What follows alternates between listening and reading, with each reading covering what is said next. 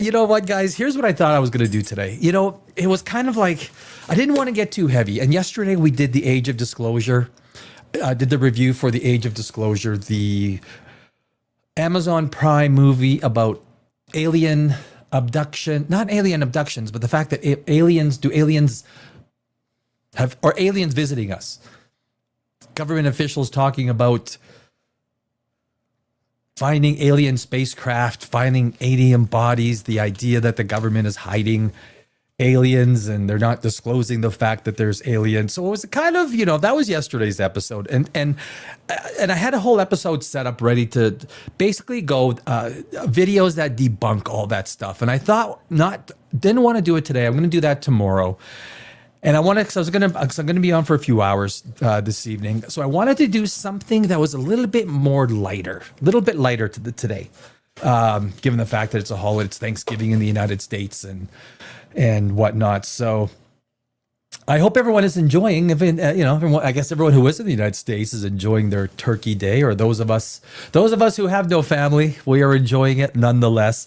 But I thought what would be really fun would be go back and take a nostalgic trip back on some of the great sci-fi trailers of our time. Going back to, I made a list, right? So I was going through some of these sci-fi trailers. And it's amazing when you go back and you look at these trailers, you realize how movies and the marketing have changed. They're so simplistic going back, if you look at the original Star Wars, right? And I remember seeing Star Wars in the theaters. I was born in '67, so it was a pretty amazing experience. Star Wars was a pretty amazing experience. As a kid, you can't really compare it to anything.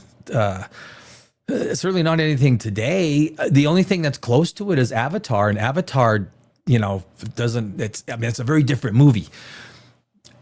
Media is so spread out. There's echo chambers everywhere. Thousands of conversations. Dana White had an interview. I should have pulled that up, but he had a great way of explaining it. That basically, you're never going to have another Star Wars. You're never going to have another Marvel. You're not going to have another one of these massive fandoms because media is so spread out. Media is these echo chambers, social media echo chambers. The closest thing we have, and is Avatar. But you got to understand, it's only having its third movie. It's kind of like, the third Star Wars movie, not The Empire Strikes, but Return of the Jedi. The Ewoks. Remember the Ewoks? Oh my God. The Ewoks. That was a bad idea.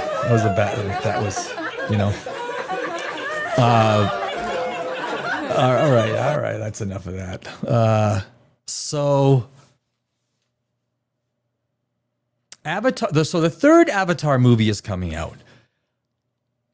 It's going to be one of the only movies that's going to pump out billions of dollars, right? Asses in seats. I spent 20 years in Hollywood. I just moved away. Can I say thank God on a godless universe? And I say that humbly because obviously I am not a believer in that way. And if you are, that's fine. I make no judgments on people who are, in that way. But, you take a look at, do you know we just had a whole bunch of movies that came out. I do think Sydney Sweeney's new movie that came out, Christie. That was just a bad idea. That was just a bad idea. That was what Julia Roberts had a movie. Did anyone even know? Like some of these, and actually, so there's actually a video I want to watch. What's his name? And it's about 11-minute video. He talks about what's wrong with the movie business. But do you remember seeing the Star Wars trailer? Do you remember seeing the Event Horizon? I got a list of some of the top sci-fi movies. Event Horizon. Do you remember the Alien trailer? I haven't seen that. Inception. That's only in 2010. That's not too long ago. Man of Steel. Do you remember that trailer? 2001: A Space Odyssey. I haven't seen 2001: Space Odyssey. I haven't seen that trailer. I don't even remember the last time I saw it. So I thought it'd be kind of cool to go back and check out some of these old trailers, talk about it, watch them, talk about them, make some comments. I really love Avatar. You know what I love about Avatar, Touch? Jesus loves me. Well, thank you. Jesus hates you. Come on, man. I don't think. I'm not a believer, but you know. About Avatar. Avatar is basically, it is the only thing that has impact on our real time zeitgeist. A lot of people say that it doesn't have the pop culture impact that other movies had. Like some people try to equate it to Star Wars and Marvel. Dear God, Marvel's been around for 8 decades, 8 decades. Star Wars has been around for what, five decades. When Star Wars came out, you only had one echo chamber. Everyone talked about it. All the media talked about one movie. In today's cinema is dying, right? The idea of a cinema is dying. You know, I spent 20 years in Hollywood. I'm a screenwriter. And I never sold one of my screenplays. And I've won many awards, hundreds of awards in film festivals around the world. I've had offers. I've had offers for options. But I never sold because I didn't want my screenplays to turn into like those 2.6 out of 10 on IMDb, have my name attached to it. As a writer who just loves writing, I'll wait for a perfect opportunity. And if I go on to the next life without anything being produced, that's fine. At least my name's not associated with, absolute crap on IMDb. If you're a writer, if you're a real writer, and you write stuff and you spend so much time, to be a writer, you need to spend endless amounts of time by yourself writing. A real writer won't use AI because they just love writing. You might use it for some ideas. Do I think culture ruins screenplay cinemas? Well, I think a lot of things have ruined the cinema experience. I think when the smartphone came out, the smartphone did a huge number. It changed how we view movies, how we see movies, how we interact with movies. Hollywood, put a gun to its own head, and it played Russian roulette with a loaded gun. It didn't have one. It was a loaded gun that Hollywood was playing with. They took writing, even my screenplays. I had requests that I would make it more diverse and inclusive on my screenplays. I said, look, man, I write my screenplays the way it is. The second you start writing with an ulterior motive in mind, or like if you don't put story front and center, if you don't put the idea of the protagonist and antagonist, the more locked they are with their horns, the more the antagonist seeks to, I don't know if destroy is the right word, prevent the protagonist from achieving what they want, the more pronounced. Obviously, there's a lot of things that go into that story. But a good example, a recent example is Fantastic Four. That was such a terribly written screenplay. 30 minutes of pregnancy. They didn't even tie the antagonist Galactus to the baby until the 2/3 through the movie or halfway through the movie. So pregnant Sue Storm goes through space. Apparently they were in space for a month, right? Something like that. And then they get, what, are you going to go attack Galactus? Perhaps they shouldn't have used an ultra powerful antagonist that could basically defeat Thanos, right? I think most people would agree that Galactus on one-on-one could probably take Thanos with the glove. And the Fantastic Four is going to fight Galactus. It didn't. The Thing didn't do anything. He was just a cook and a pilot. This was, this. They use so much science. They tried to put black holes in an FTL. They tried to use wormholes. They tried to use teleporting. Can you imagine teleporting the Earth a million light years away? Or how many? I don't know where he's trying to teleport the Earth. You're going to teleport the Earth without the moon. You teleport the Earth without the moon. You have utter chaos with the Earth. I mean, the part of what makes the Earth so hospitable for life is the fact that we have a moon and all those things with tidal wave, tidal forces and everything that makes life possible. So, I mean, so this is a science fiction writer for, I didn't even look who the writer was for Fantastic Four. It was bad science. If you look at a movie that had a much smaller budget that was made 30 years, Event Horizon, right? I bring up Event Horizon quite often. That is one of those movies that wasn't, even when 2001: A Space Odyssey came out, you talk about sci-fi movies, it wasn't accepted with big open arms when it came out. It took a while for it. I think I've got the history, but then it was re-released, and then it got its legs, and the media and the audience. That's genius. Kubrick was he's a visual arts genius. Part of the big problem, especially with sci-fi. I mean, Christopher Nolan, I think, tries to do it pretty good with maintaining science approximate, science close. Kirk Cameron, James Cameron, Kirk Cameron.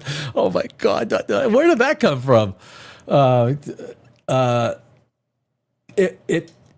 James Cameron with his ISV, the Venture Star, he uses a lot of real physics, real science. Part of what is tough to see at work is the idea that there's also antimatter matter energy that he uses. We haven't seen antimatter anywhere in our universe except for in small amounts in the quantum realm. I'm not even sure in the specifics of how we've seen that. Jake, I feel like if movies were good and had special movie premiere setups other than cheap novelty buckets, people would actually go out and enjoy movies. Nothing is really good nowadays to make plans for it. Well, then that's right. And it's also expensive. You got to think of how inflation has utterly destroyed. And I worked on Wall Street for many years as a market maker on NYSE and NASDAQ, as well as an economic analyst. You got to think people are hurting, right? You're going to go, family of four. What is a movie for a family of four going to cost? $100 and the kids want popcorn.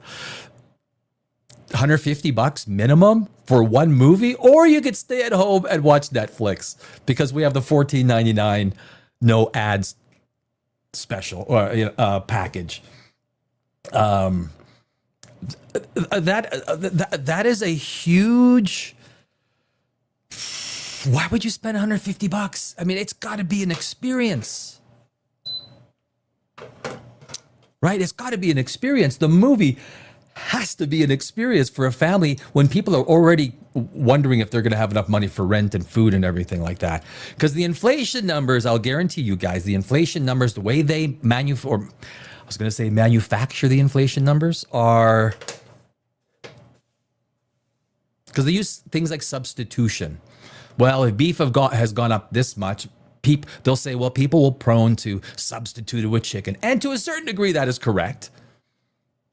But it still doesn't capture the idea of what inflation is. So I do think when you take a look at the amount of money it costs to go see a movie nowadays, it had better be an experience for families to go out there and spend that kind of money.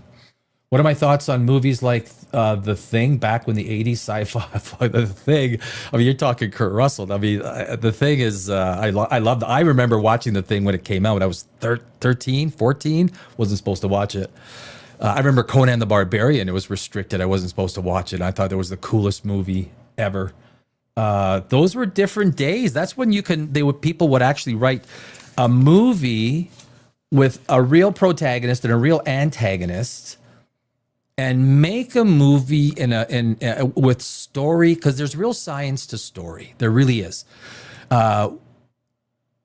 no one can put their finger on why story works exactly, but there are certain things that deal with the protagonist, the antagonist, the inciting incident, the internal and external conflicts of the protagonist, how the antagonist, you want that antagonist connected, like the Terminator, right? The Terminator was connected to John Connor and what's her name?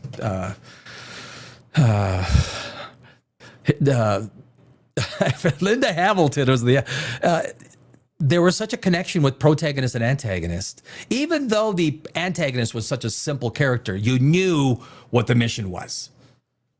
But that's also what made it a great movie. You can go to The Matrix.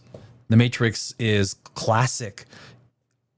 Even for another Keanu Reeves one, you can go even more recently. The first John Wick is one of, you talk about a passive protagonist. Until the Baba Yaga scene, you've got a passive protagonist. Now, I mean, it's not sci-fi, and of course, the Godless Universe, we are kind of a sci-fi. I shouldn't say we're as much pop culture as anything else. This channel, but first John Wick, even as a screenwriter, the first 5 minutes, movies are a visual medium, right? Movies are a visual medium. And when you write a screenplay, you can't novelize it, right? You can't and a lot of screenplays are literally thrown into the garbage. Someone will read the screenplay and it's novelized. They're writing it like they're describing things that are seen in a way that a novel describes it. If you read the Alien screenplay, that's like, for any screenwriter that's starting out, you read the original Alien screenplay, and that is like minimalist screenplay that tells the director exactly what the audience should see. And when you watch the movie and then you read the screenplay, you're like, damn, I mean, on the money, right? Ridley Scott. I mean, that was a great movie. I mean, that was, but the first 5 minutes of John Wick was pure visual storytelling. And it starts with, and I've used this with some of my screenplays, it's got to be done right. It starts with the ending. So the opening scene is the SUV going in and smacking after he gets into the fight with the Russian dude, mob boss. And he gets out, he's bleeding, and then he pulls out the phone and he's got his wife. And that's, we're starting to introduce. So we see this guy. We're like, whoa, what turn of events could have happened to have made our protagonist in this state? Is he going to die? He's bleeding and he's watching, obviously, someone he loves. And then that goes and that takes it, goes through 5 minutes. They establish his love for his wife, which establishes the connection with the dog. It establishes the connection with his buddy, the sniper, the goblin guy. God, I'm so bad with names. And it's on a rainy day. He's there. It's the first words that are said in the movie that aren't actually recorded on a phone. But it's like the 5 or 6 minute mark before anything is said. That is freaking brilliant movie making. It's all visual. Show don't tell. It's a cliche in movies, but it is. It's an incredible movie. And then he's a passive protagonist, as our antagonists kind of have his way. And you're like, we don't even know who this guy is. Who is this John Wick guy? He gets his ass kicked. They killed his dog. And one of the best things, I always bring up Tombstone. When you write a screenplay, when people kill your animal, they kill your dogs, or you have a protagonist defending in Frankenstein. Guillermo del Toro did that with the deer in the forest, and the hunters come and Superman saved a squirrel. James Gunn. Oh my God! Superman was bad. That was a really bad. Superman was bad, guys. It has not been a good. It has not been a good year for movies. It has not.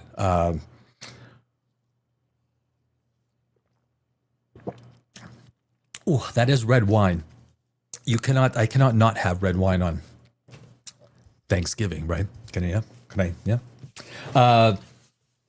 So, but I like to, I would have, which one? I think I had the original Star Wars lined up for the first, you know what, guys? There's one thing. I did a video on my other channel talking about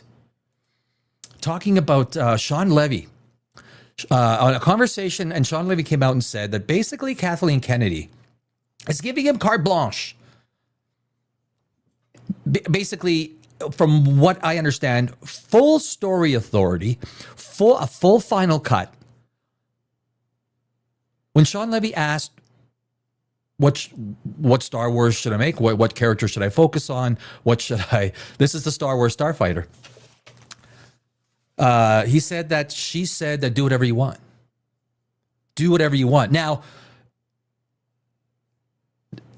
if Kathleen Kennedy, now Sean Levy, he did Deadpool and Wolverine, right? And did you see what just came out? The real budget for Deadpool Wolverine was almost $550 million.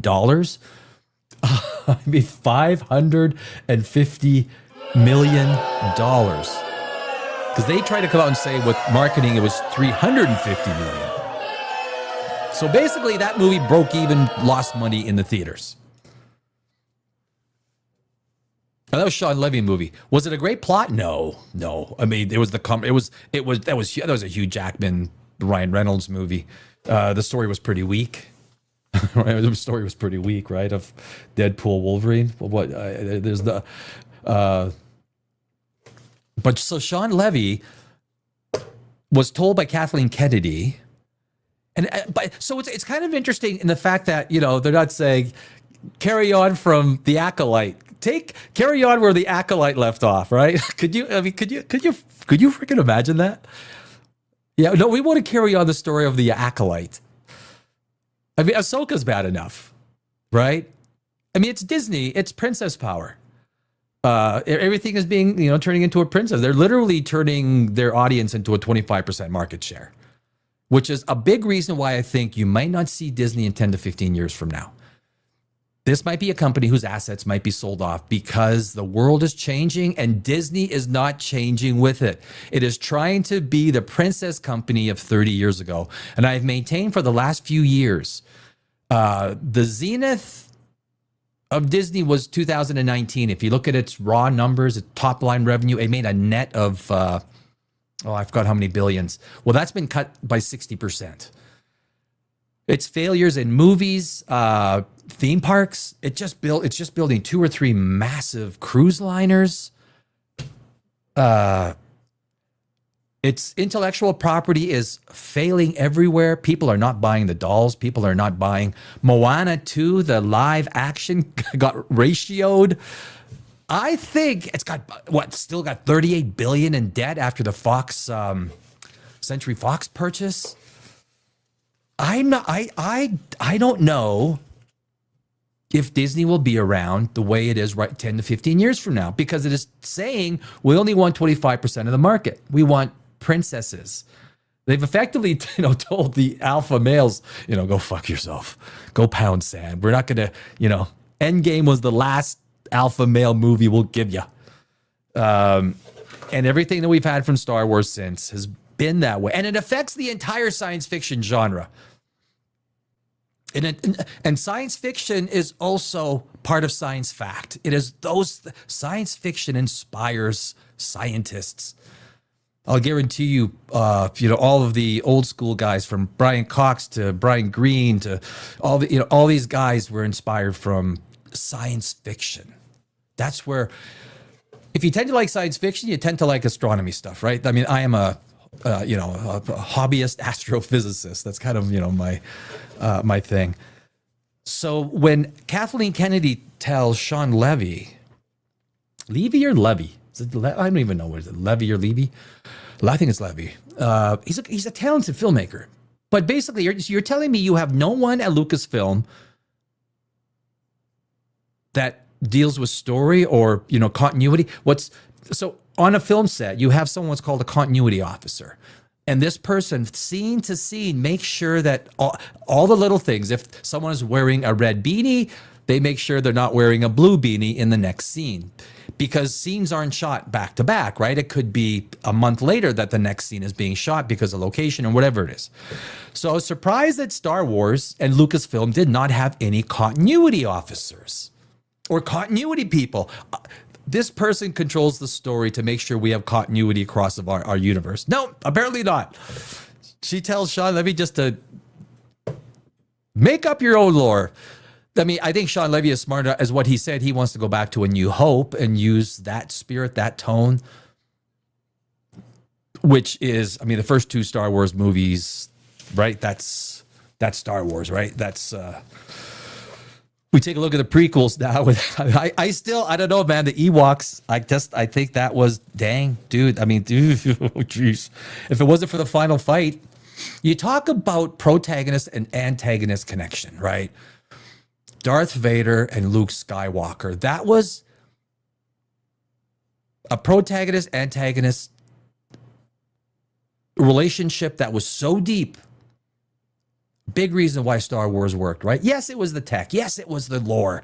Yes, it was the fact that we were landing on the moon. We were, the space shuttle was starting. We were Voyager 1, Voyager 2, Star Trek, Dune came out in 64, 65. 2001: A Space Odyssey. This was a magical time for sci-fi, so it's a magical time for building these fandoms, right? You're not going to get that with an Avatar. We just don't have that environment. But the fact that an Avatar can do $3 billion worth of ticket sales still, it'll be interesting to see how Fire and Ash does. But so I don't know. I don't know if this is good or bad. The fact that Kathleen Kennedy tells Sean Levy to say, do what you want. How much you want? How much money do you want? And I just cut you a check. Well, we spent $550 million on Deadpool Wolverine. I mean, is $600 million okay? $600 million okay? I mean, I don't know what his budget's going to be, but I'll guarantee you there'll be plenty for extra shoots and things like that. Every movie nowadays. I mean, how many extra shoots? If you watch Captain America, I mean, this year's Captain America, A Brave New World, it didn't really fuck. What a butchery chopping block. They filmed 3 movies and they stitched 3 different movies together into one. I mean, it was such a bad movie. I was watching it and I could not. I mean, as a screenwriter, I'm like, what's the story here? You got characters that don't even have to be in this thing, and you put them in because you just paid them a bunch of money. So let's try and insert them here somewhere. And I mean, Thunderbolts. I mean, jeez, Marvel is it's.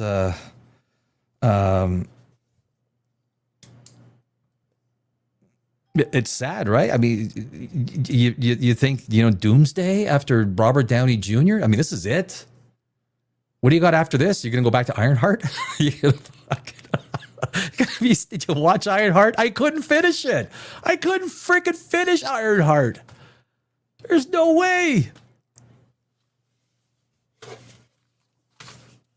Did anyone finish Ironheart? I had watch Ironheart. It's like The Witcher. You can't watch that unless you're reviewing it. You can't watch that junk, utter junk. I don't even know how the people that are in the screenwriter room, how do they get their job? I know a lot of great screenwriters, like good ones, I mean, I've won my share of awards. They've won some, awards, especially in the film festival circuit, which is pretty brutal. Like some of these film festivals have 2,000 entries. And when you win, you're like, damn. I mean, you're humbled every time. I mean, I won a few hundred times all over the world. But it doesn't say the director's going to take your screenplay and make magic out of it. Still could be shit. You got to take words on paper.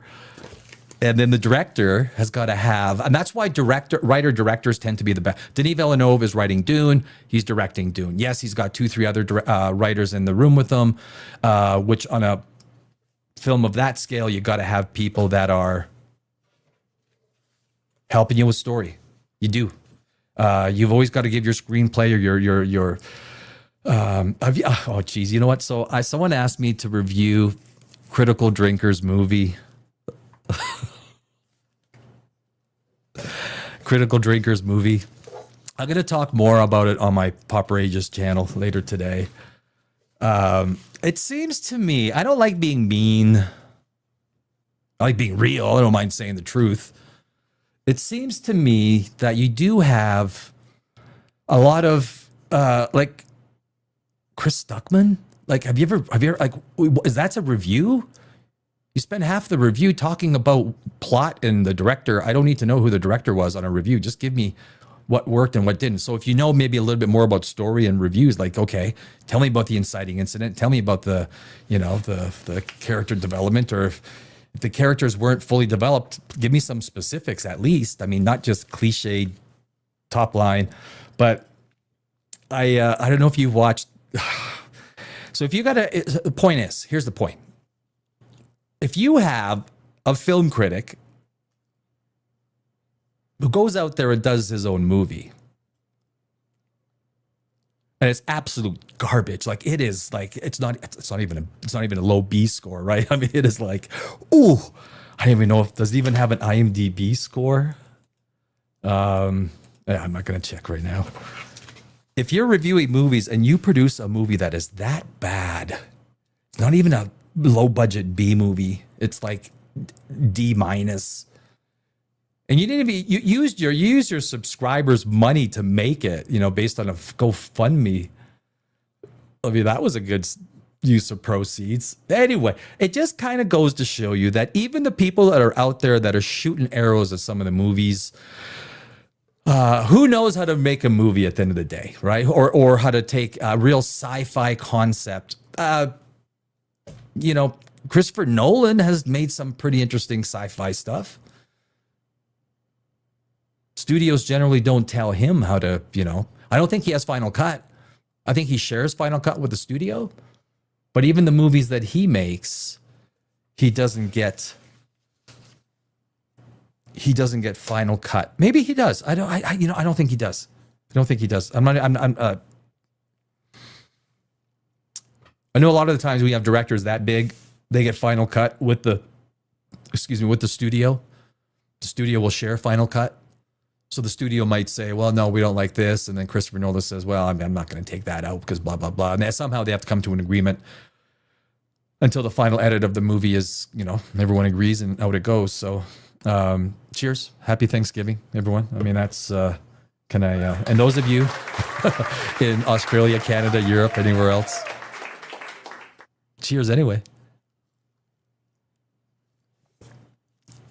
Ooh. Oh, so I'm going to, have you guys remember the first Star Wars? Where is it? Star Wars. Oh man, this trailer.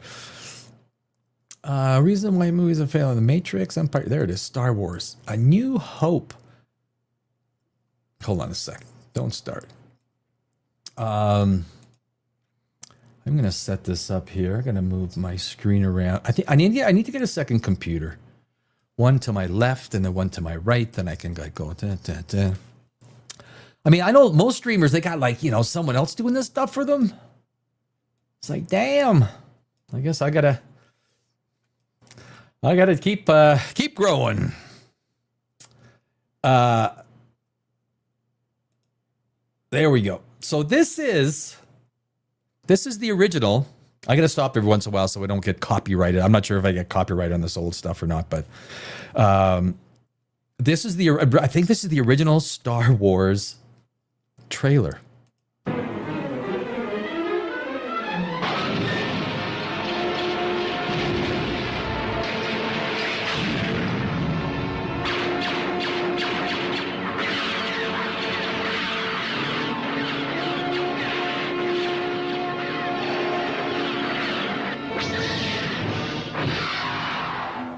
20th Century Fox and George Lucas bring you an adventure unlike anything on your planet.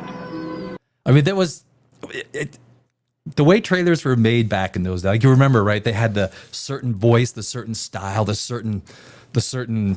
I mean, it's just so different. It's so different nowadays. And I think there might be 2 or 3 versions of the original trailer. I tried to find the original, the first trailer that came out.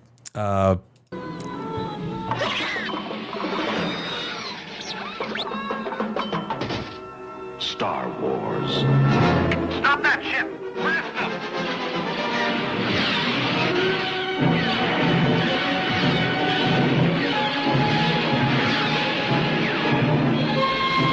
Chewie, get us out of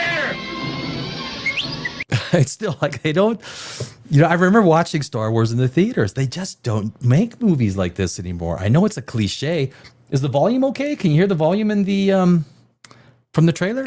Oh my, I'd forgotten how much I Should be able to, right? space travel. Here they come.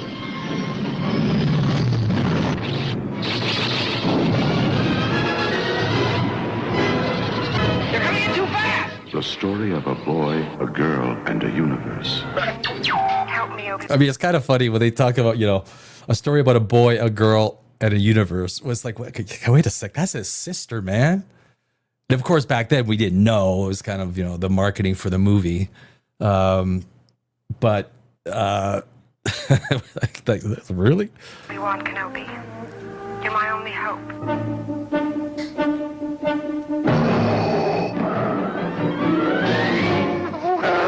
It's a big, sprawling space saga of rebellion and romance. This station is now the ultimate power in the universe. Come with you to Alderaan. There's nothing for me here now. I actually remember this trailer. I was 10 years old when it came out, and I remember watching it on back there at TVs. Back then, you had to have the old tube TVs. You had to change the vacuum tubes once in a while. Oh man, it was a different time. But I do remember, like, the special effects. The talk about the special effects. I don't know if anyone is old enough to remember that. But the special effects at that time were absolutely mind blowing, right? And that started with 2001: A Space Odyssey. That really made people literally, then we had Cosmos in 1980 with Carl Sagan. There were so many things coming out at that time that made people dream about the stars, about the universe. Science fiction was the catalyst that inspired so many astrophysicists, so many people to get into, and it's not the same anymore, right? Science fiction. The one example that I used, have you guys seen Section 31? have you seen Section 31? Oh my God, that is literally the worst Star Trek. They think science fiction is because a girl blows a bubble, a round bubble. When you blow a bubble, it's round. Oh no, but they do a heart-shaped bubble. That's their idea of science fiction, right? Oh, that's really science fiction, like, because, it's different. This is the level of writing that you get, right? Section 31. Like, that is like, oh, jeez. I want to learn the ways of the Force and become a Jedi like my father. It's a spectacle, light years ahead of its time.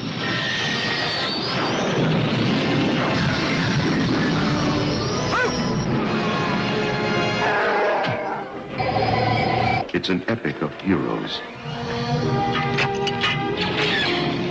Come on! Hit the accelerator! I remember being a little kid in the theater, and I remember when they flew in to destroy the Death Star like that. I was just at the edge of my seat.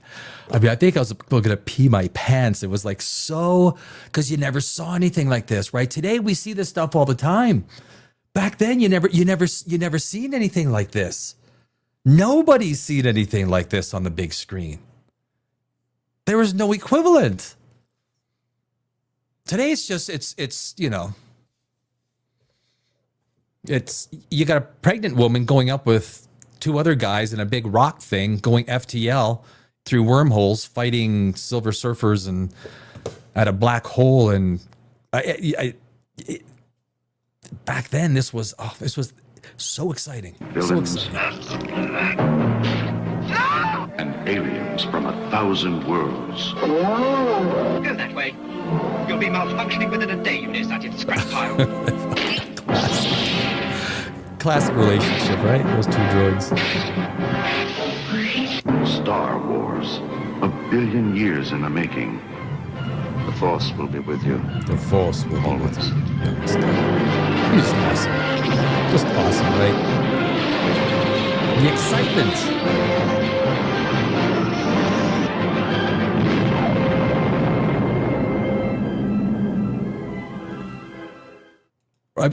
The the excitement of watching Star Wars for the first time. I don't know how old you guys were when you first watched Star Wars, but I tell you, for sci-fi science fiction, let's go right. I'm going to go right to Empire Strikes Back.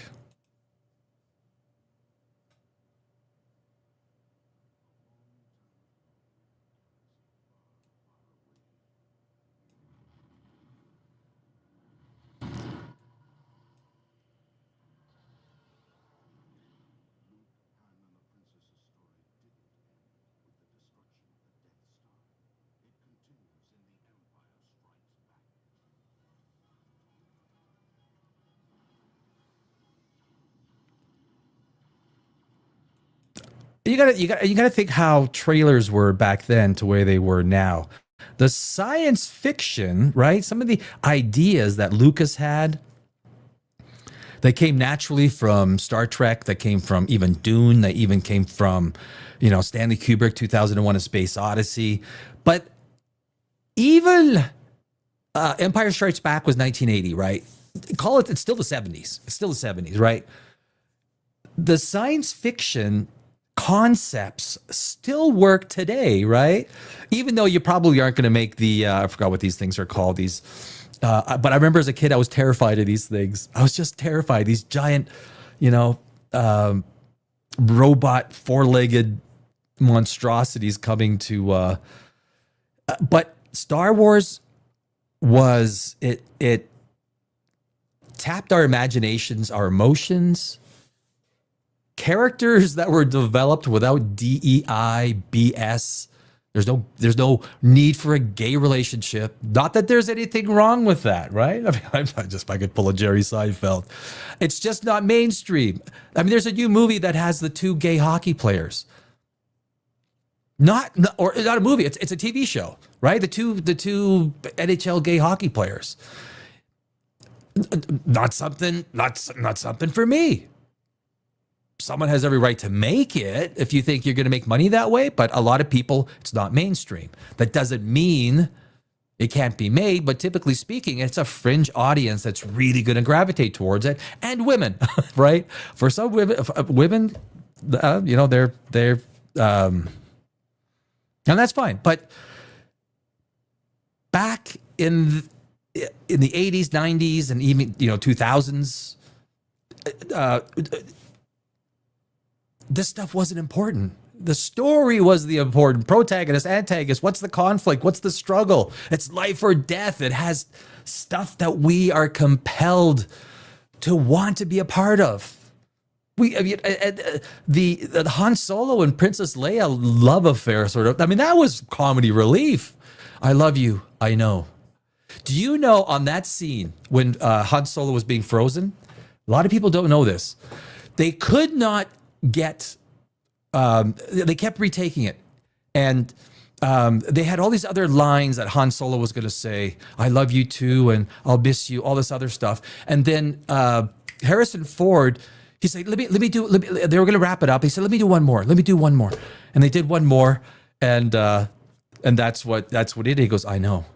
And of course, sometimes actors do know best. They do. Harrison Ford, he's done that in I think in Indiana Jones a few times. He's participated in the writing process. But if you're with Quentin Tarantino, if you're an actor, you keep your mouth shut with Quentin Tarantino. You don't fucking give any. You just say your lines the way he wants you to say them.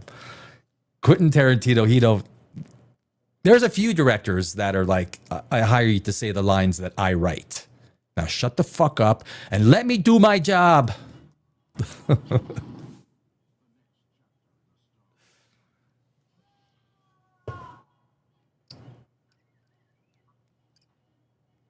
mean, is R2-D2 not adorable? R2-D2 is freaking adorable.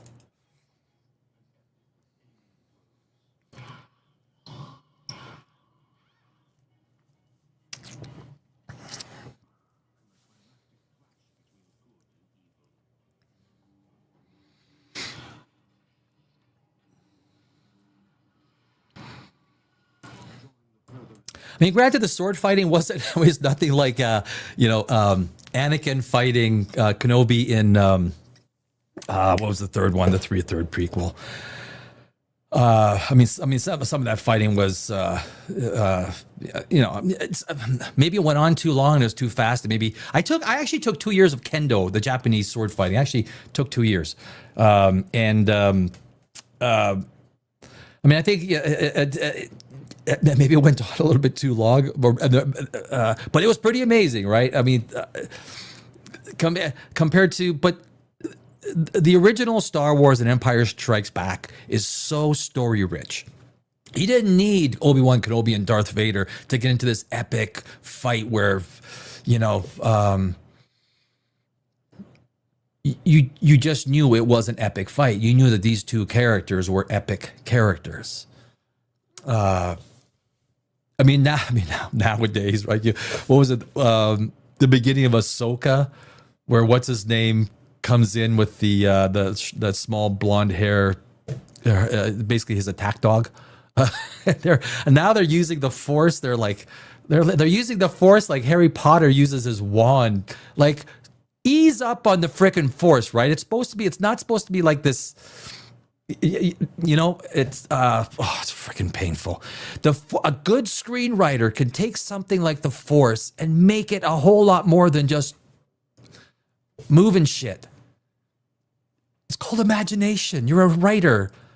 I'll tell you, man. I think like a Superman's Fantastic Four, these movies. I think there's some AI scenes because they're heartless, they're soulless. The dialogue. The dialogue. Like some of the my screenwriter friends, when we talk about it, we laugh. I mean, I think everyone who's a writer or a screenwriter, and you don't have to be a screenwriter to laugh at the shit you get fed in a lot of movies nowadays. But I don't. Cinema is going to continue to die. And it's going to be a very specific, particular experience. What we had was Star Wars, and The Empire Strikes Back is something that will not be there for future audiences, except for very specific movies and circumstances. Like the rom-coms. The rom-coms they're going straight to, like, why would you do a rom-com and put it into the theaters? Right? Which is probably not I don't know if that's a bad thing necessarily, but when you have Deadpool and Wolverine, which budget, like I said, the budget for Deadpool Wolverine, $550 million, that just came out, yesterday? $550 million? It kind of makes you think with Sean Levy now doing Star Wars and him having carte blanche, do whatever you want, Kathleen Kennedy. You could tell that he was surprised. Do whatever you want with the Star Wars Starfighter. He goes, you don't have any lore guardrails. You don't have any story people that kind of watch the lore. They just like go and, but that is what they do, right? You could tell that's what Star Wars does. I mean, just the Ahsoka. What was that song? One of many? We are one of the many.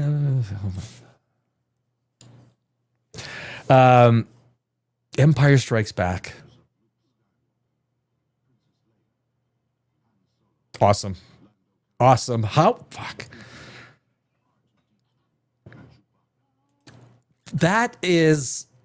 Those are characters that were written on screen. Look, George Lucas did not do the best dialogue.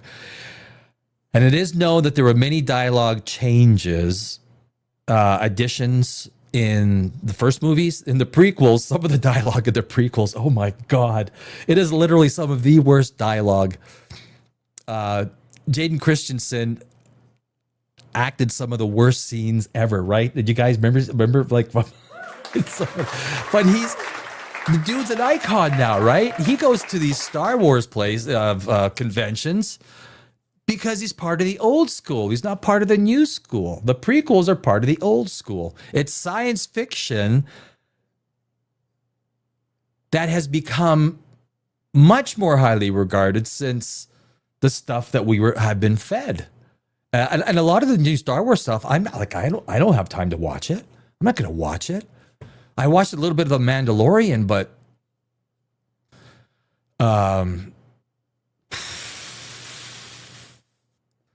they don't write like that anymore, right? That's the old song.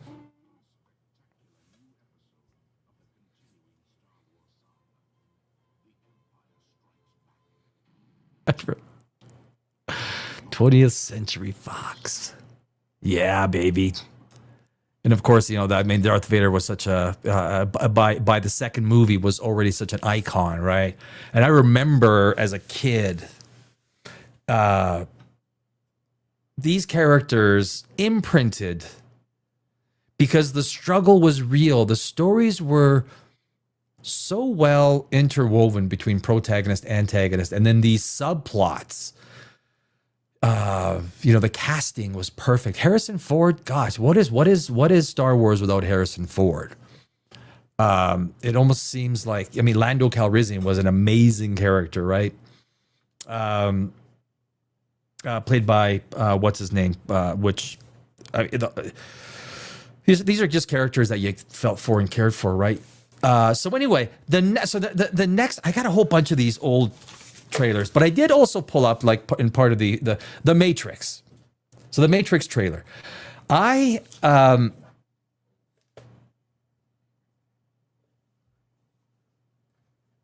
sorry. What? The Matrix is, let me put where is the Matrix? This is like I say, in each one I try to pull up the original trailer as we would have seen it back then. And so the Matrix was 1999. And of course this was the time, and I just did the review on the Age of Disclosure yesterday. And where this 1990s is where that's where all of the UAP sightings, everything dealing with UAPs exploded. Like 20, 30, 50 fold. And it had everything to do with the internet. Because now we could share experiences, right? I remember my first email, holy geez, did I poop my pants, right? I mean, I don't even remember what year it was. And I set up a Hotmail. And a friend of mine showed me how to set up a Hotmail. I said, what is it? And they sent me that first email. I was like, holy, what are we talking about here? Within 2 months, I learned how to code. I learned all the CSS, HTML, all that stuff.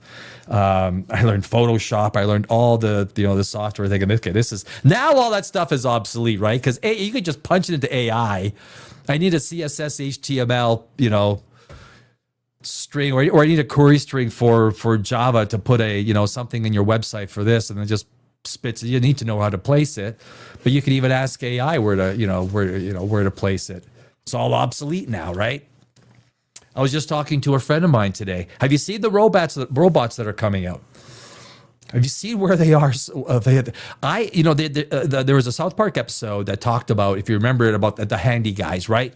They were all the wealthy guys. I guarantee you guys, if you're an electrician, there's going to be robots that will come to your door. They will knock, and they will have a human voice. They will have dexterity in their fingers. They'll ask you where where's the fuse box is. You're having a problem. You need this. Now they may not be able to get into more sophisticated building projects, not for a while.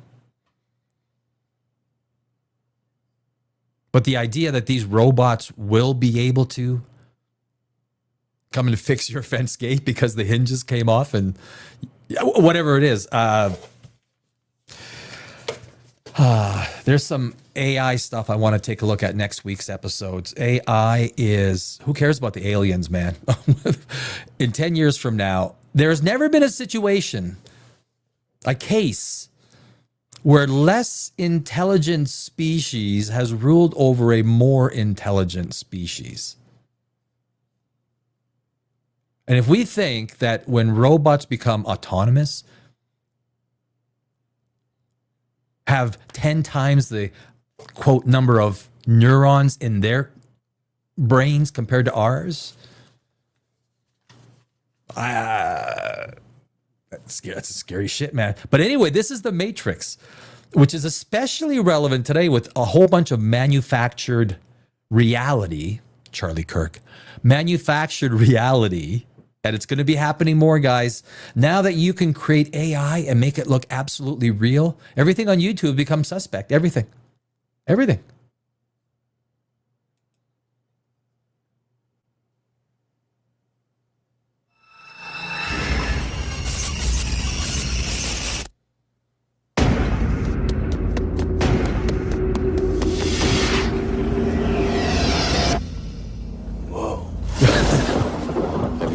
Whoa. Ferris Bueller's Day Off.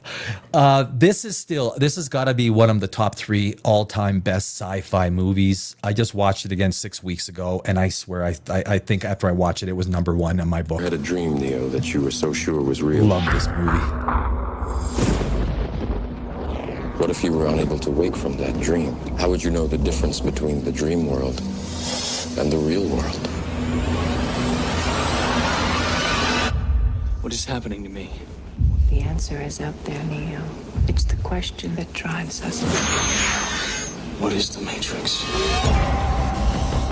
The Matrix is the world that has been pulled over your eyes to blind you from the truth. Do you guys remember seeing this movie in theaters for the first time? I remember seeing it, and I had no idea what to expect. I think I just had a couple of friends saying, wow, this is a pretty amazing movie. I didn't even have any idea what to expect. And I was an English major in university. I took creative writing in university, right? So I was already in sort of the zeitgeist of writing and everything like that. So I did not know what to expect. The very idea at the time, I think for a lot of people seemed a little, this is science fiction, it's out there. And now we realize it's not. When we get chipped, when the government chips us, and a lot of people say, they're not putting a chip in me. Well, you're not going to get a lot of the services from the government. You'll be locked out of society. I guarantee you it's going to happen. And it's all around the AI. It's everything they will. The Matrix, this might be more reality than we think. What truth? They're watching you, Neo. Human beings are a disease. You are a cancer of this planet. And we... And this is another movie with perfect freaking casting. Hugo Weaving, are you kidding me? If there's anything he's going to be remembered for, it's Elrond and Agent Smith. Agent Smith, right? Boy, I tell you, I always tell people, when you go live on YouTube, you drop 20 IQ points. Because once you say it, like, it's recorded, right? So you got that wrong, you got that wrong. In regular conversation, you can always correct yourself, or someone corrects you. Well, yeah, that's what I meant. But Hugo Weaving was so freaking good, just like Elrond. I love Hugo Weaving. He's a great actor. are the cure. Get me the hell out of here! Welcome to the real world.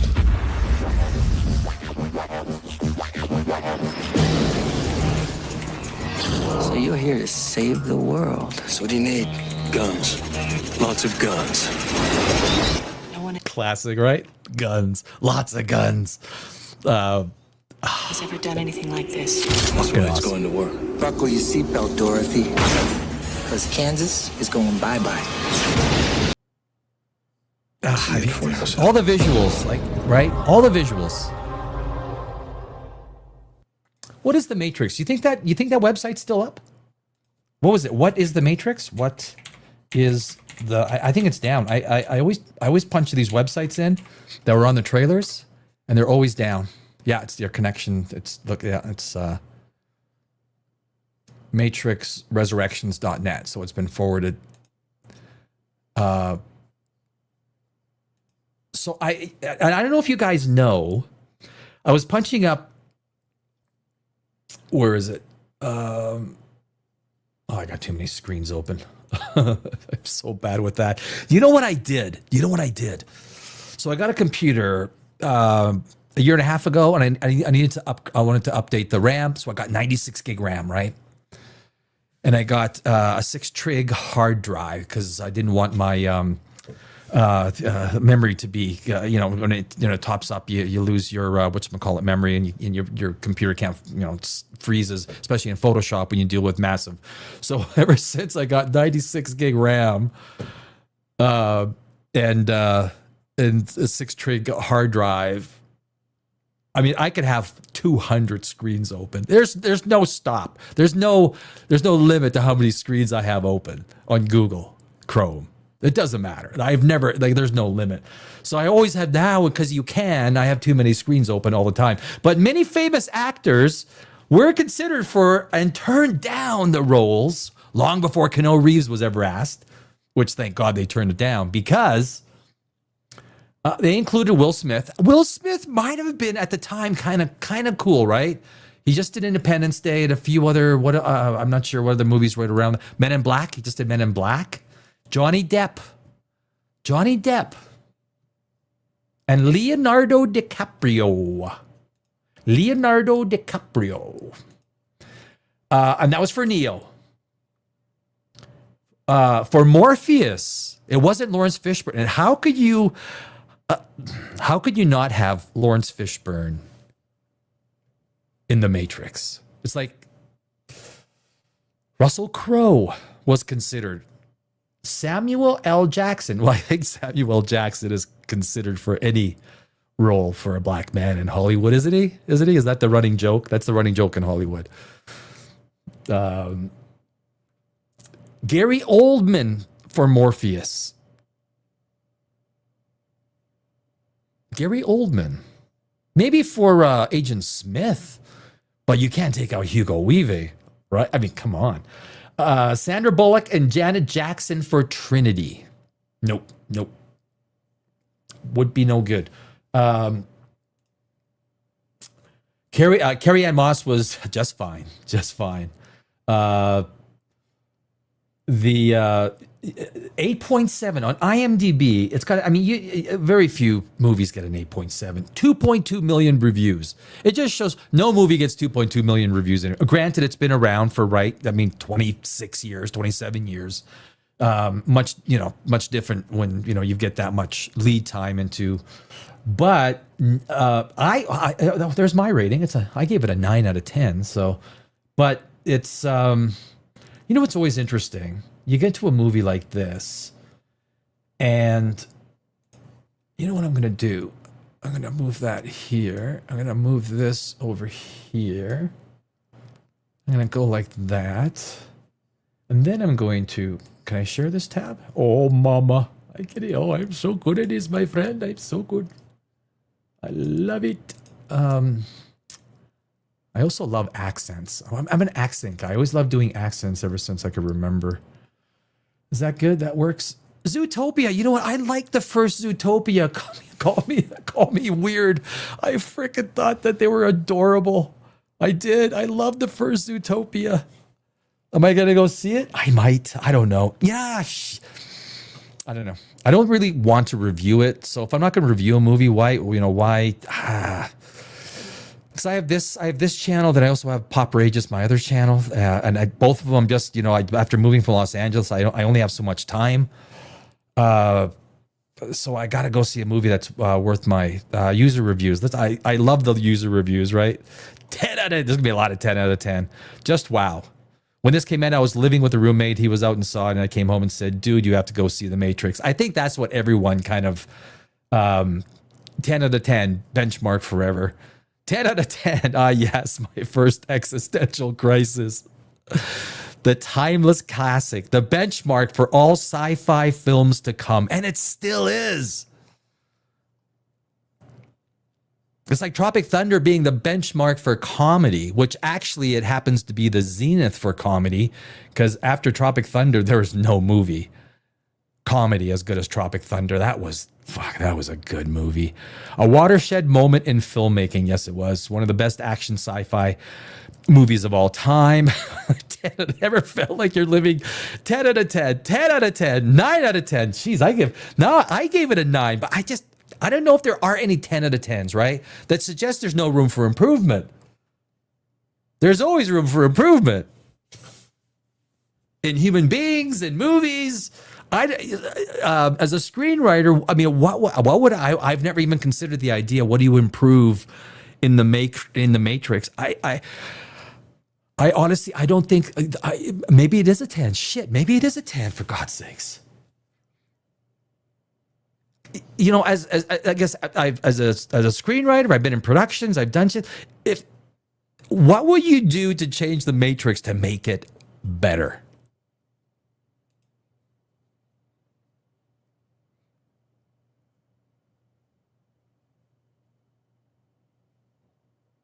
I left the pause for a reason, just to think.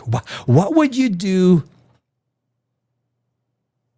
to the Matrix to make it better? Realizing that anything that you might change is quite frankly could easily make it worse. Now the subsequent movies, geez, they never find the magic. You know, they never find the magic. It's the same with John Wick. They never found the magic of the first one. Very few movies do. Maybe it is a 10. Shit, maybe it is a 10. Do I got to change my IMDb score to a 10? I might have to think about that, right? I do. I might have to.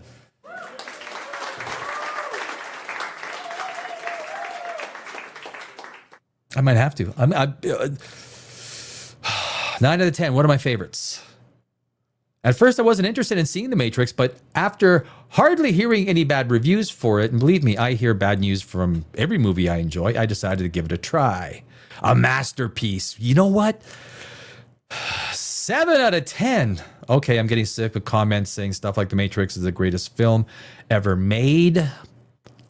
One of the greatest. You can never say it's the greatest film ever made. I don't even think anyone has said that it's the greatest film ever made. It's a great film. It's up there. You cannot not include it as one of the greatest films that are ever made. On so many, 5 out of 10. Hey, you know what? That's the thing about movies and stuff like that, right? It's opinion.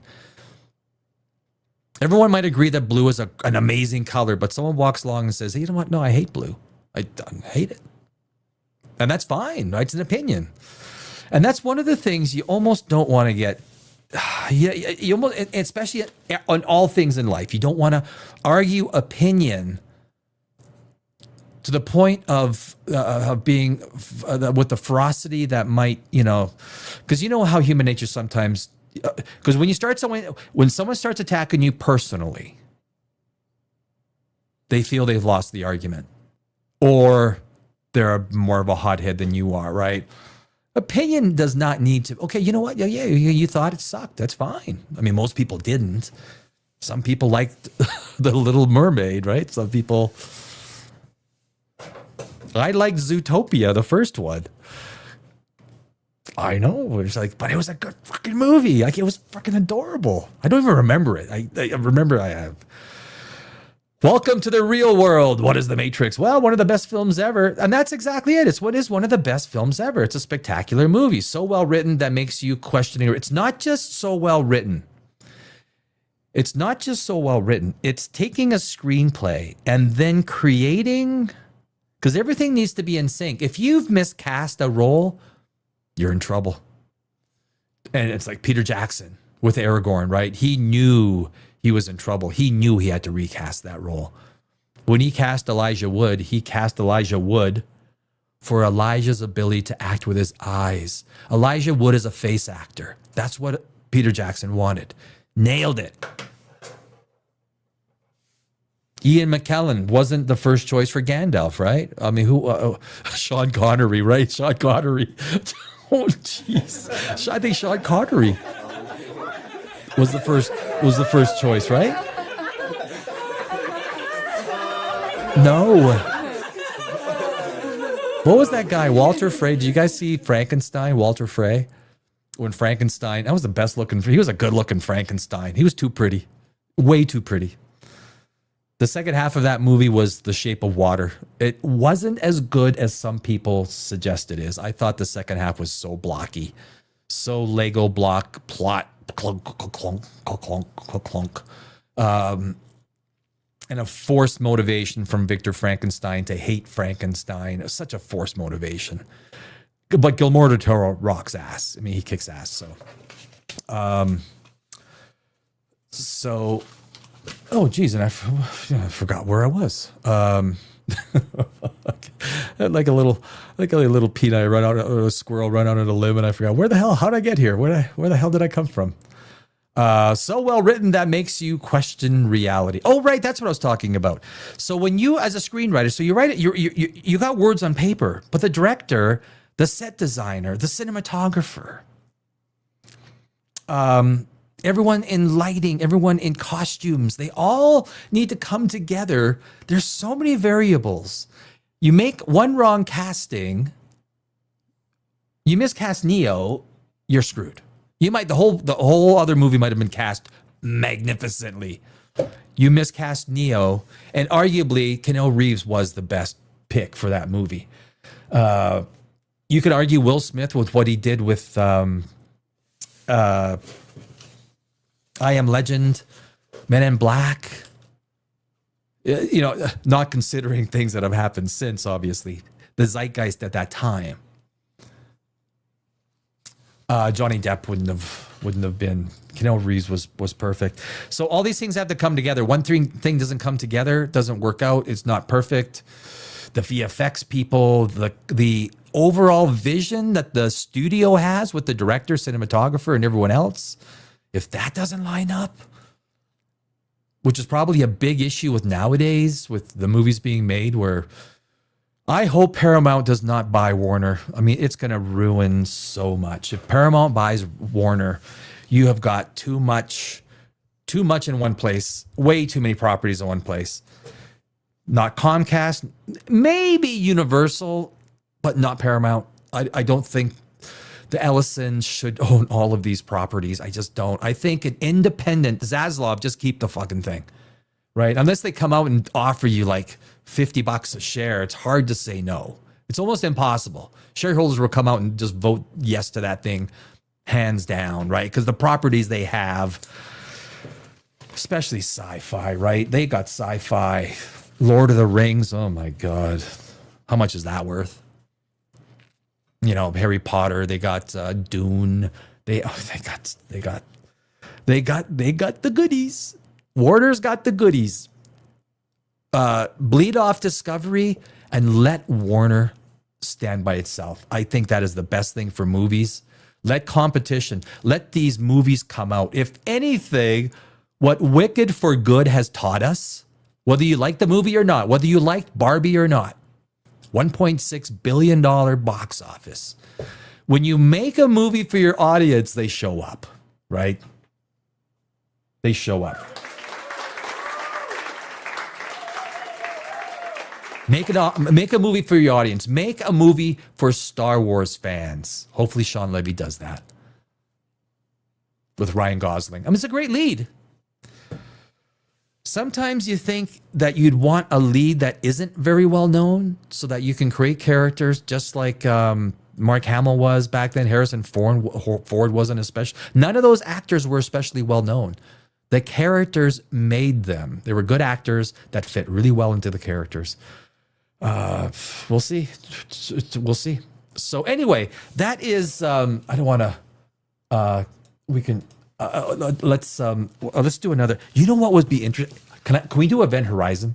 I want to do Event Horizon. What was the Event Horizon trailer? Horizon original. Event Horizon trailer. Trailer number 1, movie clips. Is that the original? Trailer 4K. Original theatrical release. There it is. That's got to be the one.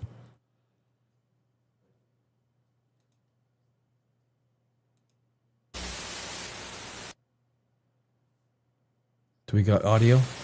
This is Event Horizon.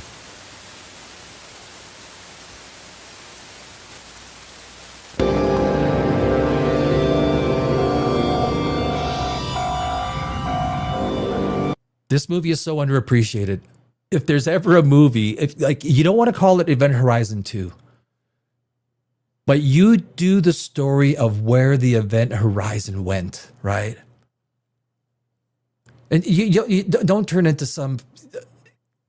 It's got to be deep. It's got to have a sci-fi, a science fiction, like me, science fiction lover screenwriter that has won many awards, like me. You know what? I could write the screenplay and I could submit it to the intellectual property owner. I'm not even sure who owns it. Is it Warner or Universal? I'm going to. And so with the Event Horizon, we have, Lawrence Fishburne, right? I don't know. The guy's Fishburne is fucking awesome, right? Sam Neill, perfect casting. The rest of the supporting cast, I don't think there was any bad choices in there. Everything worked. But when this movie was released, it was underappreciated. Just like, what was the movie? The 2001: A Space Odyssey. It was not appreciated when it was released at all. 6.6. This is a movie that, and I understand, this is a movie that could really upset people. This is sci-fi movie. This is literally a godless fucking universe movie, right? This is absolute mayhem. This is a movie that, like I say, the scenes that were so gruesome, so over the top, it was all dealing with the dimension that they went to. They destroyed the film. It was so upsetting. They destroyed the film. True story. Or at least they can't find it. At least they can't find it.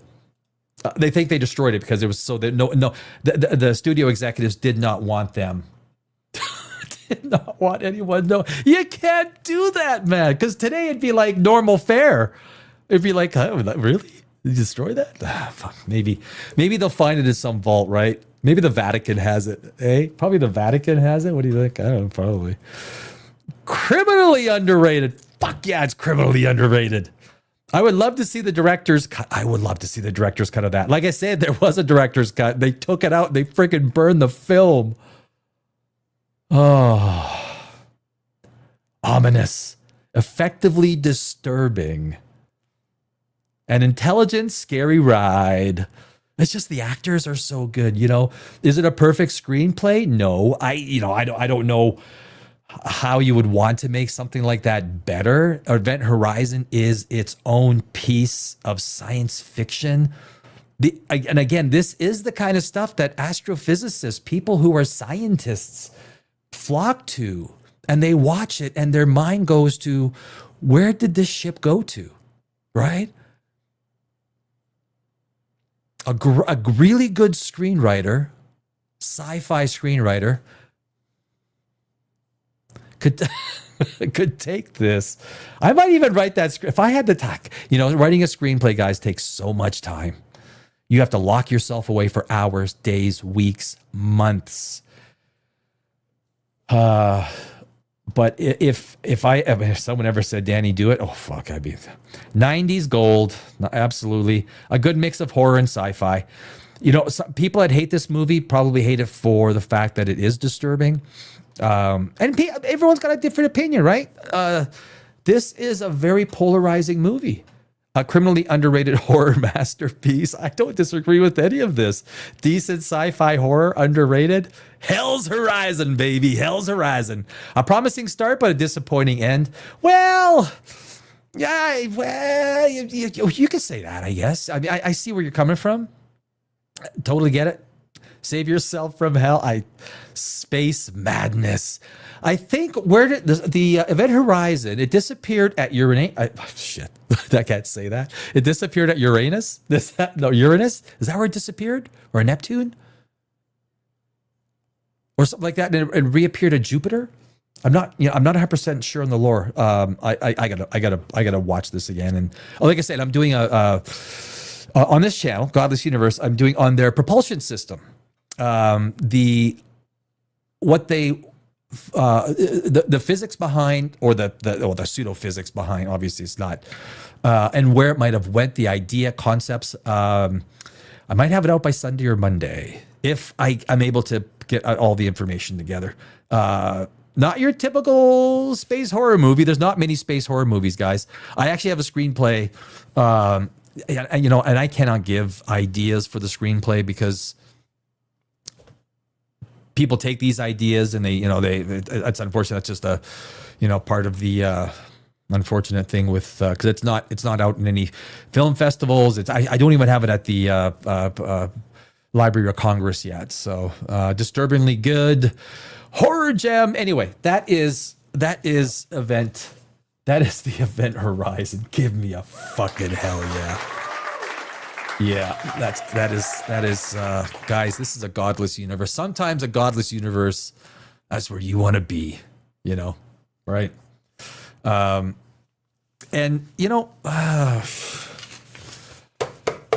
The Matrix, Event Horizon, Star Wars. Where else do we go? I'm not going to go to Logan. Logan is one of the best movies ever made.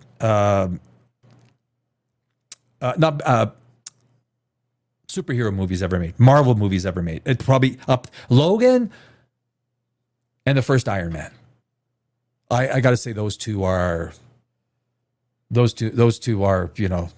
sci-fi superhero gold. I also like the first Guardians of the Galaxy. That's where James Gunn was hitting it out of the park. You know what would be interesting? Interstellar. Interstellar was 2017, 2014. Interstellar. Let's look at the Interstellar trailer. Interstellar original trailer. Official movie. They always have one and then they have the second one, right? Okay, so this is the Interstellar official trailer. This is probably the first one. It's from the official Interstellar movie. Let's do this. So this is the Interstellar trailer. This is 15 years after The Matrix.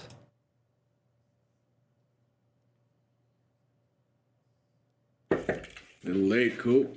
Yeah, we had a flash. It's an Indian surveillance drone.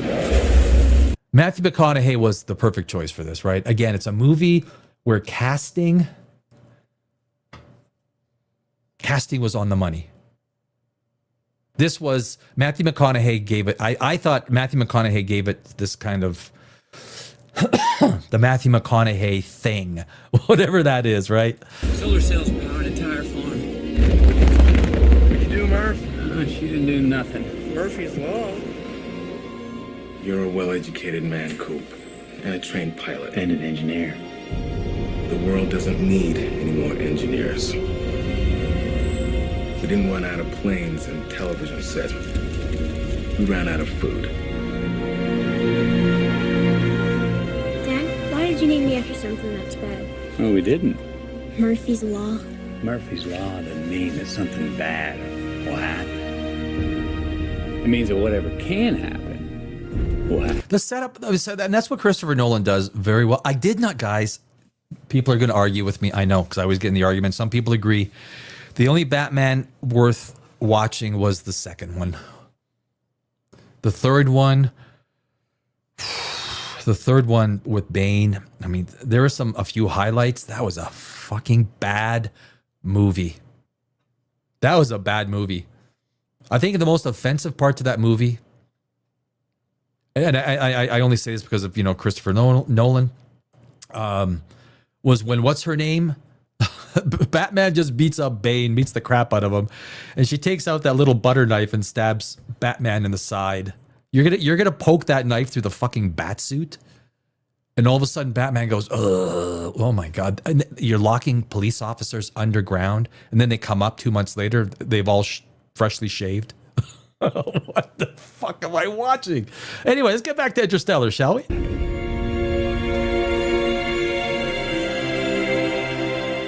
We must confront the reality that nothing in our solar system can help us. Now you need to tell me what your plan is to save the world. I actually did a video 5 weeks ago on the interstellar wormhole and basically talking about the real physics of a wormhole, what it takes to keep a wormhole open, what it would take to travel through a wormhole based on the physics that we know.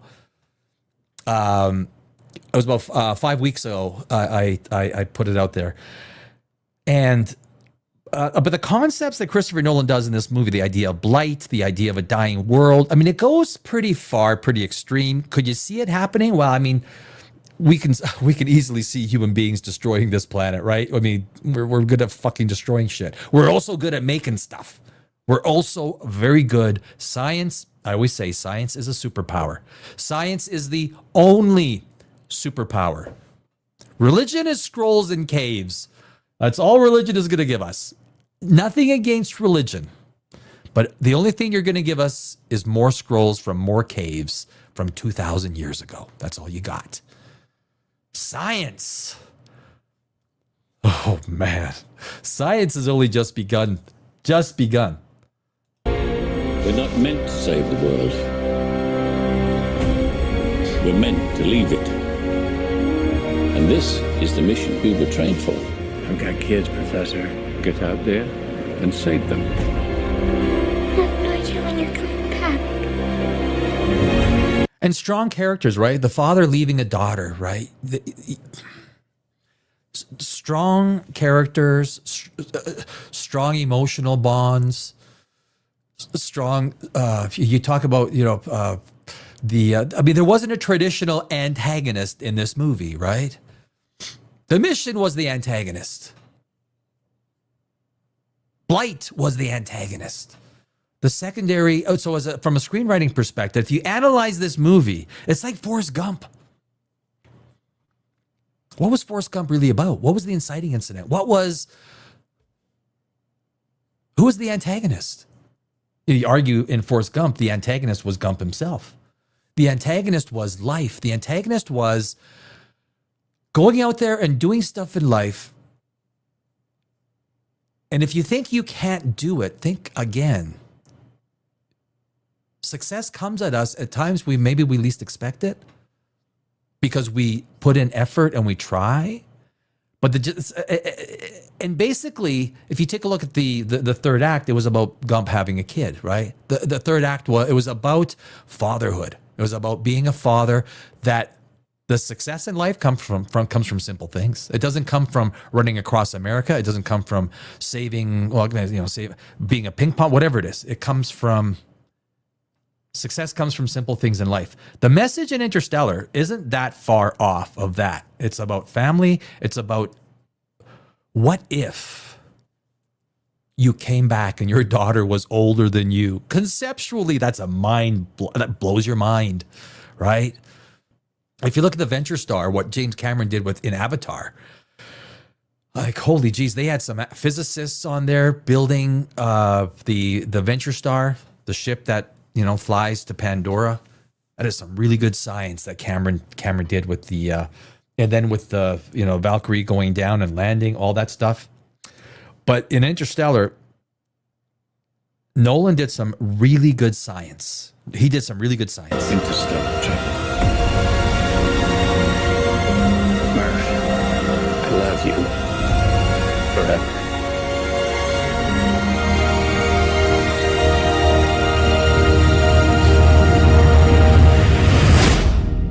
I'm coming back. And it's a good trailer because it doesn't tell us much beyond the wormhole, right?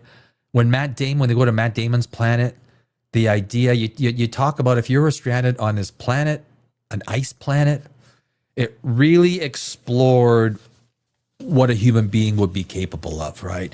This character was touted as the best of us. And he turned out to be a bit of a dick, right? He turned out to be a bit of a dick. He tried to kill Matthew McConaughey, or at least strand him. Like, what a dick. Like, what? But there was good motivation, right? The motivations, Christopher Nolan tends to be pretty good with motivations. In the third Batman, oh no, he's not good. That's not a good movie. It is shit. That's a shit movie. I could go through it, and I think he wanted out, man. Let's just get this thing. Can I like just like? But Interstellar, that is Interstellar. You know what, guys? 2000 Blade Runner, the original Blade Runner. You know, 2001: A Space Odyssey. First 2001: A Space Odyssey. So just to let anyone know, you're showing up. What we're doing today is we're going back on sci-fi trailers, and we are looking at old sci-fi trailers. So far, we've done Star Wars: Empire Strikes Back, The Matrix, Event Horizon, Interstellar. Now we're doing, what did I say? 2001: A Space Odyssey, right? 2001: A Space Odyssey original trailer. Space Odyssey original trailer. Warner Brothers, that's the one. Warner Brothers Rewind. Original theatrical trailer. Jeez, I hate when they do this. So which one is it? Warner Brothers Rewind or Warner Brothers? One's 212, one's 324. Dang, you do the, we'll do the long one, I guess. Millions of years ago, before the human race existed, Is that loud enough, guys? an adventure began. An adventure that ultimately leads man to confront his own destiny in an odyssey of exploration. This movie, if you haven't seen 2001: A Space Odyssey, and you're a science fiction fan, do yourself a favor. Right? Do yourself a favor. Watch it. 2001: A Space Odyssey is movie gold. They will not do another movie like this. This was at the age where 1970, we haven't even landed on the moon yet, right? No, we did. 69. We landed on the moon 69. Jeez, these years. I mean, I was 2 months old or 2 years old. The 70s, I mean, even though fashion was, holy jeez, I mean, right? Like, fashion was not that good. Although some people will say fashion was great in the 70s. What inspired 2001: A Space Odyssey and Stanley Kubrick is not what is going to inspire anyone today, right? This is a world that's different. And that is the same thing throughout each decade. You could even argue this is how fast the world changes. Believe me, 10 years from now, what we're doing today is going to look stupid to where we are 10 years from now. It's going to be AI dominated.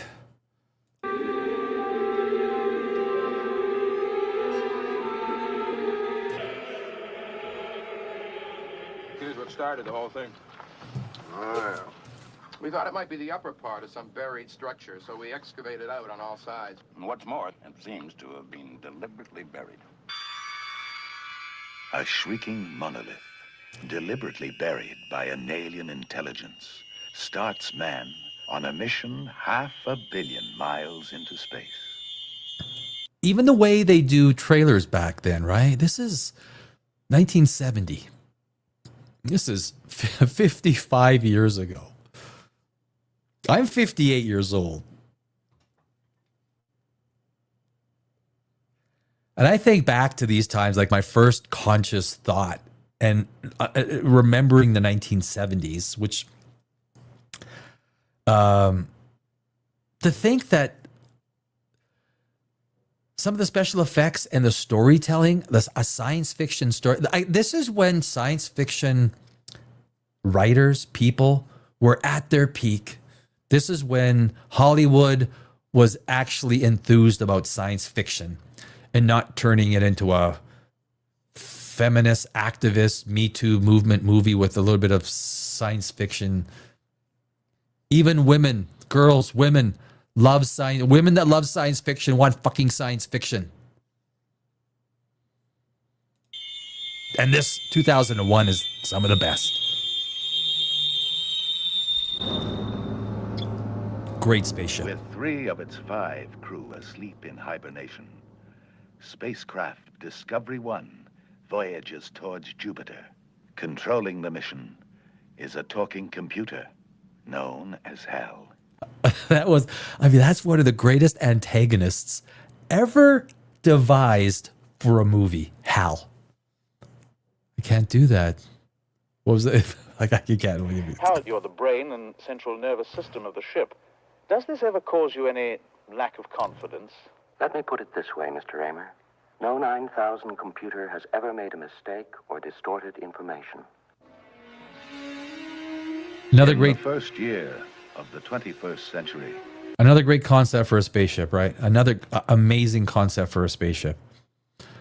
There is strange and wondrous beauty, startling experiences that jolt and mystify, and the danger of complete obliteration.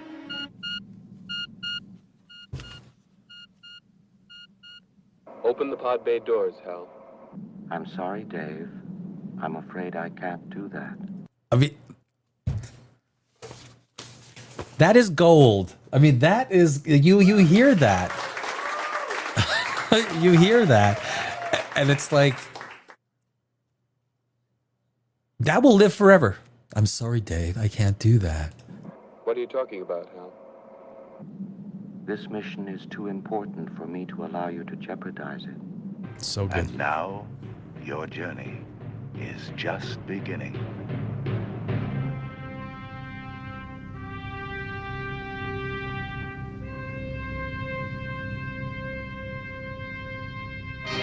And the music, I'm thinking, man, you know what? Even though it's a trailer, I'm thinking, is the music gonna like copyright hit this video? If it does, then I'm gonna have to delete this whole 2001: A Space Odyssey thing, which is the kind of the sucky thing.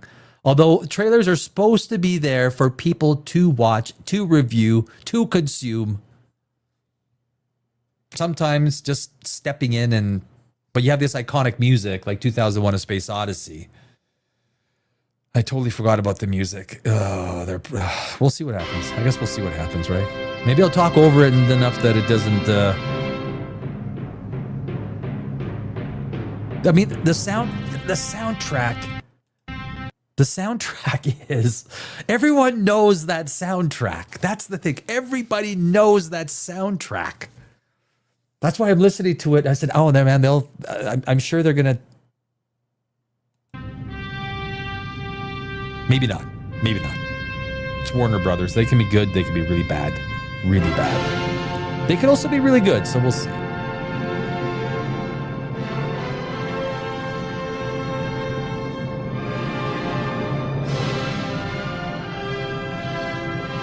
And you got to think the time that this movie was made in. They got the nice glow. Look at the planet. That's not Jupiter. What are they doing here? Is that one of the moons of Jupiter? Because on the right-hand side, now I'm confused. But the planetary glow, right? They got the planetary glow right. This is science fiction 55 years ago. I don't even know how they would have done this 55 years ago. But everyone else said that too, was Stanley Kubrick. How did you do this? Like people were just blown away by how he made this movie look. It looked real. Oh, and the psychedelic. This is the psychedelic. People would go. Now, you guys, some of you guys might. This is actually very interesting. People would go to the theater. This is a lot of people say why 2001: Space Odyssey took off was because of LSD. So people would go. They would sneak. A lot of people would sneak in. And they would take LSD and they would watch this scene specifically and trip out in the theaters. Because you got to remember, it's the only place you could see it, right? I mean, if you wanted to see this psychedelic scene and trip out on it on LSD, it's not like you can rent the movie or it's going to be on streaming anytime soon. This is 1970, 71, 72. You had to go to theaters. And so what they attributed a lot of 2001: A Space Odyssey success to the idea that people would trip out on LSD and wanted to go see this. Because this scene lasts for like 3-4 minutes or something like that. Something like that. Yeah, to all those who love LSD, baby. I don't do drugs, so I don't know. But it is an interesting fact about this movie. It's an interesting fact.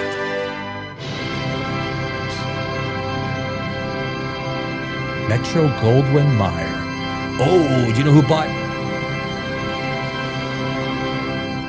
You know who bought Metro Goldwyn Mayer? That was Amazon, right? Amazon bought Metro Goldwyn Mayer. And Amazon, did you guys hear? Amazon is putting out a new Stargate with the original producer. This could be good, right? If they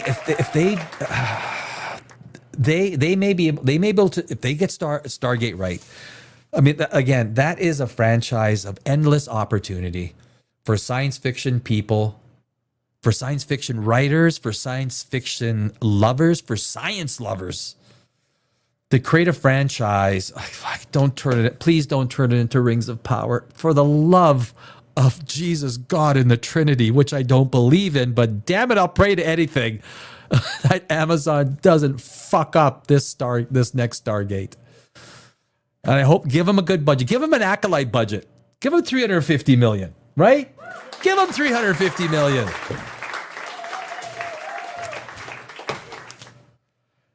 Oh, we're almost at the 2-hour mark. I'm actually going to go to my other channel, Pop Rageous, for a couple of hours. Pop Rageous, I do pop culture, movies, reviews. Just fired that channel up after, oh my gosh. I've been gone from that channel for 18 months. So I just started, but you know what? Let's do one more. Let's do one more here on the Godless Universe. This is kind of fun, right?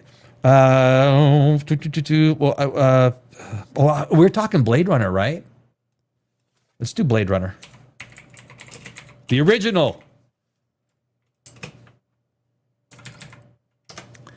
4K. Is there a 4K version?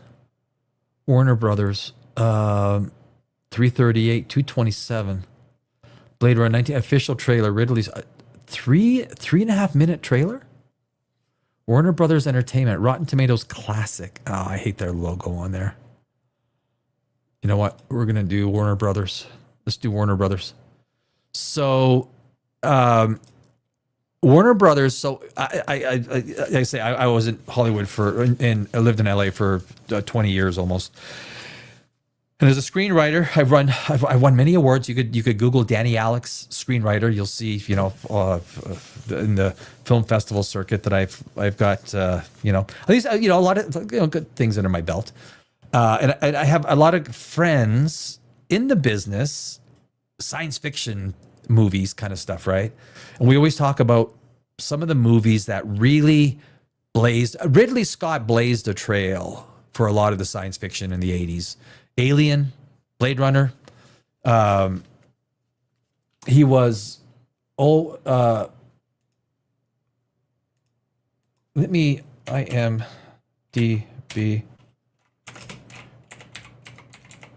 What I love about Ridley Scott is there's no one better at making historical pieces. Kingdom of Heaven. I love Kingdom of Heaven. Have you guys seen Kingdom of Heaven? It is director is that's what I'm interested in. But yeah, he did G.I. Jane. I just scrolled G.I. Jane. Do you guys see G.I. Jane? Oh, geez. Where are we here? God, 1965. Blade Runner 8.1. Alien 8.5. Legend. Only a 6.3 on IMDb. Black Rain. These are movies that he was a director on. Thelma and Louise. Remember Thelma and Louise? That was Ridley Scott, man. He's got. I mean, and that's just going back. I mean, he's got. I didn't mind Prometheus. Were there problems with the movie? Yeah, I just love what they kind of did with the engineers, and I thought there could have been so much more that could have been done with the engineers. Ridley Scott. Like if you take a movie like Kingdom of Heaven. The Leper King, which is a true story, which Liam Neeson was fantastic. Even Legolas, what's his name? Fuck, what they had to do to make those when Saladin came and attacked Jerusalem. It looked so good. Fuck, Ridley. He's not making good movies nowadays though. He's not turning out, you know.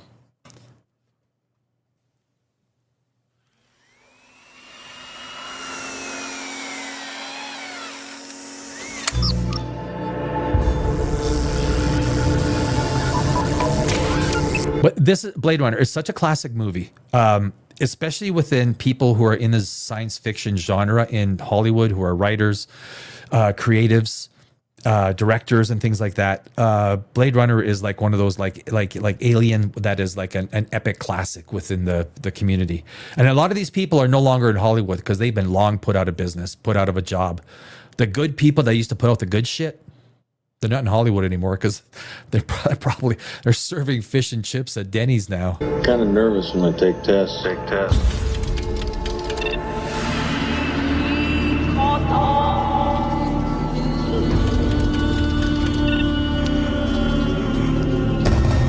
I've got 4 skin jobs walking the streets.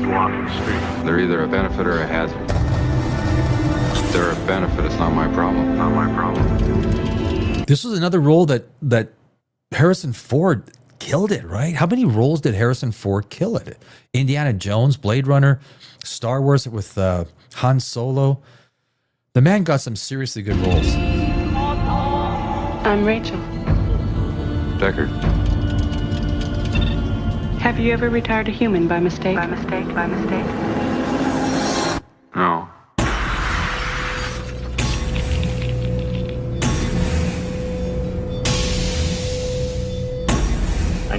And the whole casting, right? Like whole casting this is what makes movies. It's like it takes all these elements to come together. You can have a great script, but if the director fucks up in transferring the visuals on paper into actual visuals, or they miscast the lead role, which they do pretty much all the time nowadays. You got to make like The Witcher, right? It's like a DEI contest. It's DEI contest. Who could DEI each other? Fuck. The old Blade Runner. This is a bad one. How can it not know what it is? If only you could see what I've seen. More human than human is our motto.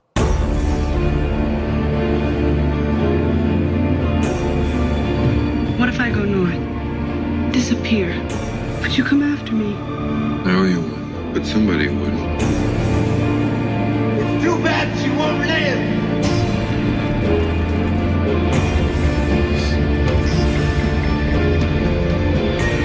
Look at the lighting. A lot of times we could take lighting for granted. If you compare The Witcher to Game of Thrones, The Witcher comes out like a soap opera, right? It looks like a soap opera. They light from the top down. Corners in a castle are dark. If you look at Game of Thrones, castles are dark. They're gritty. They're gringy. They use natural lighting. The directors in Game of Thrones use natural lighting through the windows to light up the characters. Ridley Scott has used a team for decades who are impeccable at their jobs. I can see you. Time to die. Epic visuals. They don't do this shit. What seems to be the problem? They don't make, there's nothing like this anymore. It's almost too risky. Compare this to Fantastic Four.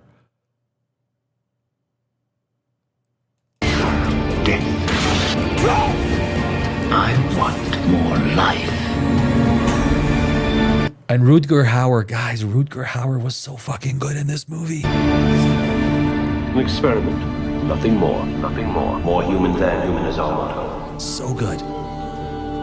Oh, I haven't seen this trailer in so long.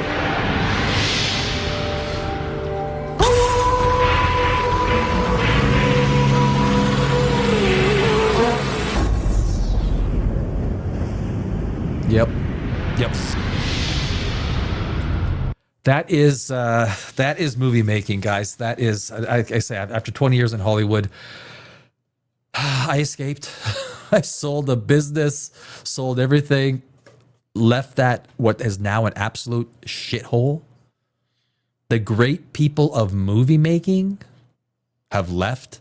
They've gone to Vancouver. They've gone to Atlanta. They've gone to Calgary. Do you guys know, this is trivia.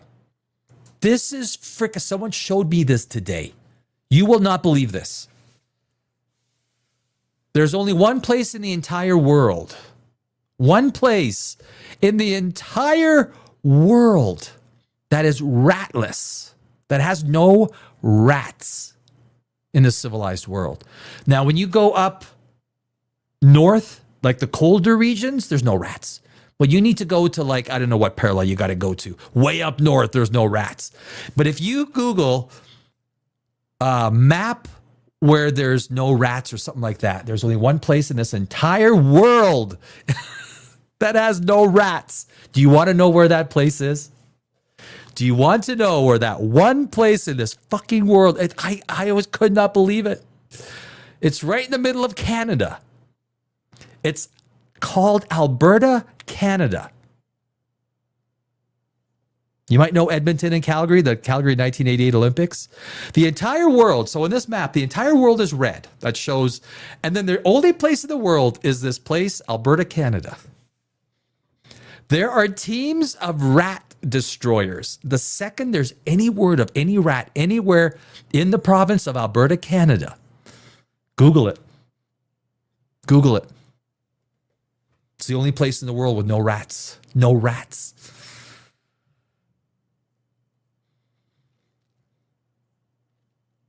It's pretty amazing. It's pretty amazing.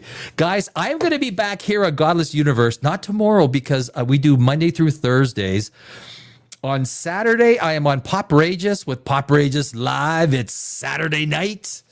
I just talk movies and kind of like we did. Today was kind of like a sci-fi movie thing, right? We went over some trailers. I'm going to go on Monday. I'm going to do the debunking of the age of disclosure of all these UFOs that people think they saw. We're going to show exactly what they are. Oh, boo, boo, boo, boo. Boo, boo, boo, boo. To all the guys, there's no aliens. Like, seriously. There's not. There's no aliens. So if you guys want to, I'm going to do this for 2 hours more on my other channel, Poprageous. I just fired that channel up. I mean, it's good to be back. Like, you know, like I said, I spent almost 2 years away from YouTube just doing long form video. You know, writing scripts and having a deep British voice guy voicing them. But it's good to be live again. And I thank you all for joining me here on Godless Universe. We're back Monday, Tuesday, Wednesday, Thursdays, Underworld next week. Got to make sure I don't say underwear. I was so close because it's fake. It's Kate Beckinsale. It's Kate Beckinsale. Each movie, each night next week, I'm going to do an Underworld movie review. We're going to go through it.